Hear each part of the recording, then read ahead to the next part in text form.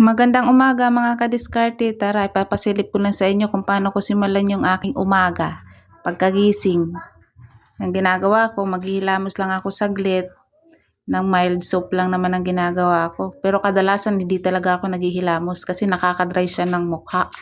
So gusto ko may natural oil yung mukha ko. Minsan lang talaga ako maghihilamos, magsisipilyo. Iyan na, nagsisipilyo talaga ako araw-araw.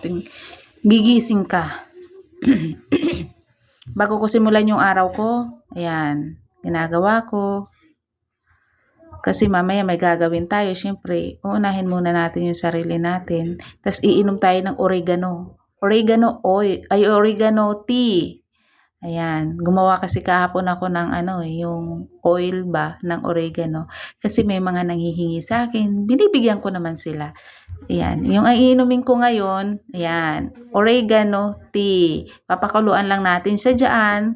Tapos, lalagyan natin siya ng 2 kalamansi para napakasarap po niya. Napakaganda pa sa balat. Walang laman ng sikmura ko niyan. Tuwing umaga, iniinom ko talaga yan. Ayan. Tapos, yung yung malunggay tea naman, iniinom ko din yun siya. Inahalo ko din sa ulam.